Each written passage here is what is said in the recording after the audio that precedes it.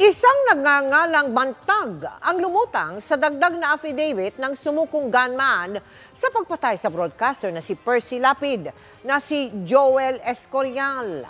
Ang bantag na sinasabi niya, binanggit daw sa kanya ng umano'y middleman na si Cristito Villamor Palanya bago ito mamatay, na nag-utos daw sa kanilang patayin si Lapid.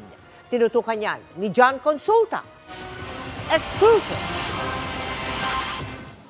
Isa sa mga dokumentong isinumite sa preliminary investigation ng DOJ kaugnay sa pagpatay sa broadcaster na si Percy Lapid ang 5 pahinang supplemental affidavit na ito ng umaming gunman na si Joel Escorial. Sa supplemental affidavit na may petsang October 22, 2022 na ibinigay ng aming source sa GMA News, sinabi ni Escorial na nang malaman niyang patay na ang itinuro niyang middleman na si Cristito Villamor Palanya, nais daw niyang idagdag ang kanilang napag-usapan bago ito namatay. Sa kanilang pag-uusap daw noong October 16, 2022, bandang alas 8 ng gabi, sinabi ni Villamor Palanya na kapag nahuli siya ng pulis, huwag daw niyang sabihin na isang bantag ang nag-utos sa kanila na patayin si Percy Lapid. Sinabi pa raw ni Villamor na okay lang daw na siya ang ituro dahil kapag umamin daw siya ay siguradong papatayin siya sa loob ng bilibid. Ito raw ang dahilan kung bakit di niya ito sinabi nung una siyang tinanong ng mga pulis nang siya ay sumuko.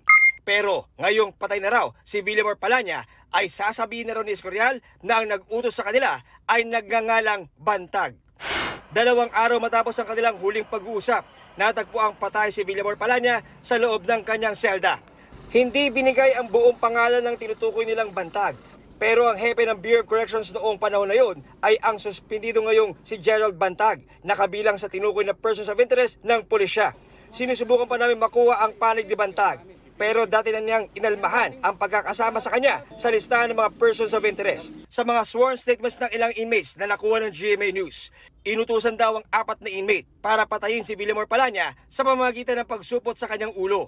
Base sa autopsy report na nakuha ng DOJ, asphyxia ang ikinamatay ni Villamor.